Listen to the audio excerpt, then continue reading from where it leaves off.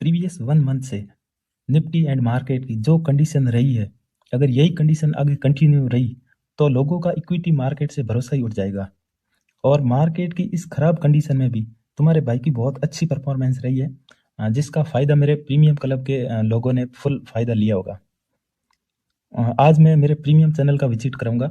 वैसे कोई भी पर्सन अपना प्रीमियम क्लब इतना ओपनली नहीं दिखाता है, क्योंकि हाथी के दांत दिखाने के और होते हैं और खाने के और होते हैं। समझदार के लिए इशारा ही काफ़ी है। चलिए मैं मेरे प्रीमियम क्लब का विजिट करवाता हूँ आप लोगों को। मार्केट की इस खराब कंडीशन में क्या एक्यूरेसी रही है, ताकि कुछ लोगों का डाउट भी क्लियर हो जाए। तो ये मेरा इंट्राडे प्रीमियम क्लब है। इक्विटी का मेरा 2 प्रीमियम क्लब है, जिसमें मैं एक में स्विंग ट्रेड भी देता हूँ और उसमें नॉर्मल शॉर्ट टर्म ट्रेड भी देता हूँ। लेकिन इसमें short term and intraday trade देता हूँ। इंट्राडे में सबसे खास बात ये रहती है कि इंट्राडे में जो स्टॉप लॉस होता है वो 0.5, 0.4 या 1% हाईएस्ट होता है। यानी बहुत मिनिमम जो छोटा स्टॉप लॉस होता है वो इंट्राडे में हर एक सेटअप पे 1% के अंदर अंदर स्टॉप लॉस होता है इसमें। तो चलिए इसका विजिट करते हैं। ये जो फेडरल बैंक है, इसमें ये एसएमसी सेटअप पर ट्रेड था और आज की जो मार्केट की कंडीशन है उस कंडीशन में भी ये स्टॉक अभी भी 2% है। वैसे अभी मेरे पोर्टफोलियो में कोई पोजीशन नहीं है, मैंने सारी एग्जिट कर दी, क्योंकि मेरे को 1-2 दिन बाद मार्केट की डायरेक्शन पता चलेगी, तब मैं न्यू ट्रेड इसमें शेयर करूंगा और पोर्टफोलियो में अपनी क्वांटिटी ऐड करूंगा। आज के दिन मैंने 2 ट्रेड ही दिए थे, भेल और आल, जिसमें इंट्राडे में टोटल 4% का रिटर्न मिला मुझे। और इस समय मैं ये फ्री ट्रेड भी शेयर किया था अपने जो फ्री वाला चैनल है उसमें भी शेयर किया था डिफेंस सेक्टर का, जो पूरी वॉच लिस्ट ने ऑलमोस्ट 12-13% का रिटर्न गेन किया। बजाज कॉन ये शॉर्ट टर्म ट्रेड था, 9% टोटल रिटर्न गेन। और फिर एबीबी ये ट्रेड इंटरडे में था, लेकिन मार्केट क्लोज हो गई थी लास्ट टाइम, तो इसमें एसएल कोस्ट टू कोस्ट कर दिया। और इसमें एग्जिट भी कुछ लोगों को मैंने एग्जिट भी करवा दिया था। जीआरएसई इसमें ऑलमोस्ट 10% का रिटर्न। फिर उसके बाद टीवीएमसी, इसमें मैंने 2 बार एंट्री बनाई थी, जो आपको आगे अपडेट मिल जाएगी। 7% रिटर्न गेन, फिर 10% इंट्राडे।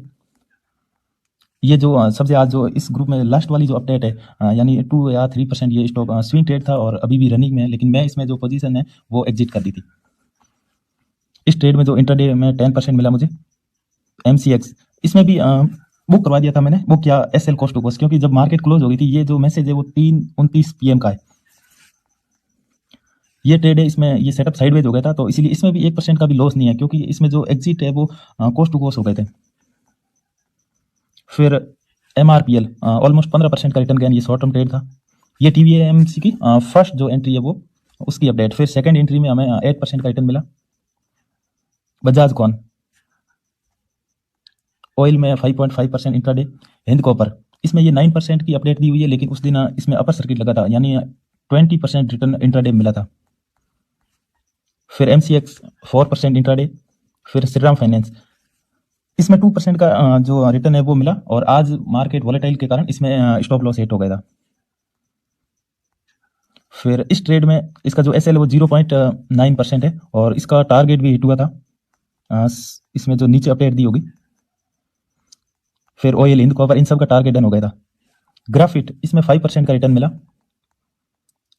डीसीबी बैंक इसमें जो पहले ही मैंने अपडेट दी उसी टाइम क्लियर बोला था कि अगर ये डिस्काउंट प्राइस में मिला तो मैं इसमें एंट्री प्लान करूंगा, और फिर डिस्काउंट प्राइस में जब ये प्राइस आया उसके बाद टारगेट भी डन हो गया था। ये wait for discount SL 1.5% intraday to short term.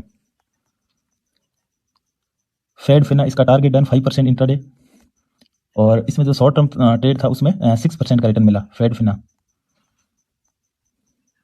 फिर एमआरपीएल इसका जो फर्स्ट टारगेट था वो 7% था, वो डन हो गया था। फिर इसमें 4.2%, फिर इसमें 4.6% इंट्राडे। ये कुछ ट्रेड एक्टिव नहीं हुए, उनकी अपडेट भी नीचे दी हुई है कि ये जो लाइन ड्रॉ की हुई है इसके ऊपर इसमें बाइंग साइड एंट्री प्लान करते, लेकिन ये ट्रेड एक्टिव नहीं हुए थे। डीसीबी बैंक इसका जो टारगेट हिट हो गया था। ये जो सबसे लास्ट में फेडरल बैंक के साथ जो अपडेट की थी वो ये वाला ट्रेड था, इंडसइंड बैंक। ये अभी कोस्ट टू कोस्ट चल रहा है, और इसमें मैं जो पोजीशन थी वो एग्जिट कर दी थी। सेल में टारगेट डन, लेकिन इसमें ऐसे लेट हो गया था, उस टाइम मार्केट उस दिन बहुत ज्यादा वोलेटाइल था।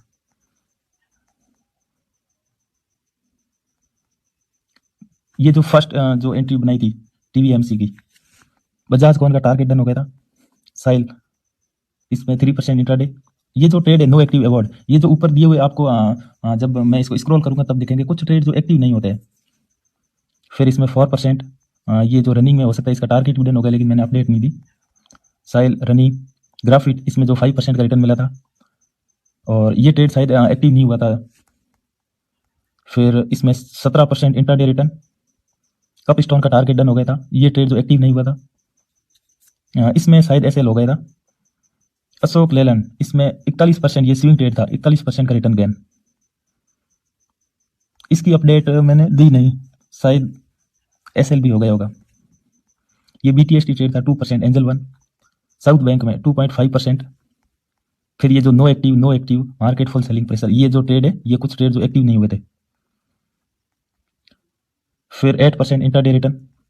साउथ बैंक का जो नीचे अपडेट दी थी 2.5%, एंजल वन का 2% बीटीएसटी। फिर ग्रो में 8% इंट्राडे, इसमें 2.5% नहीं 2.6%। एसएल जो इसमें था वो, अच्छा बीएससी का ट्रेड है जिसमें 0.3% का भी एसएल वाला ट्रेड इसमें शेयर किया जाता है। सिगल, इसका शायद टारगेट नहीं मिला, ऐसे लेट हो गया था। पी फॉक्स में ये एक्टिव नहीं हुआ था ट्रेड। ग्रो में फर्स्ट जो ग्रो में ट्रेड था उसमें हमें 6% का रिटर्न मिला। सेकंड टाइम ट्रेड दिया उसमें 8-9% का रिटर्न इंट्राडे में मिला। फिर ये दो ट्रेड जो ऊपर आपको ये जो एक first trade and second trade, इसमें एक में 2% और एक में 10% इंट्राडे रिटर्न मिला। फिर ये मेटल सेक्टर के स्टॉक शेयर किए, इन्होंने बहुत अच्छा स्विंग ट्रेडिंग के लिए बहुत अच्छा मूवमेंट और रिटर्न मिला देखने को। इसका टारगेट डन हो गया था, इसमें जो 10% रिटर्न मिला था। GR mover,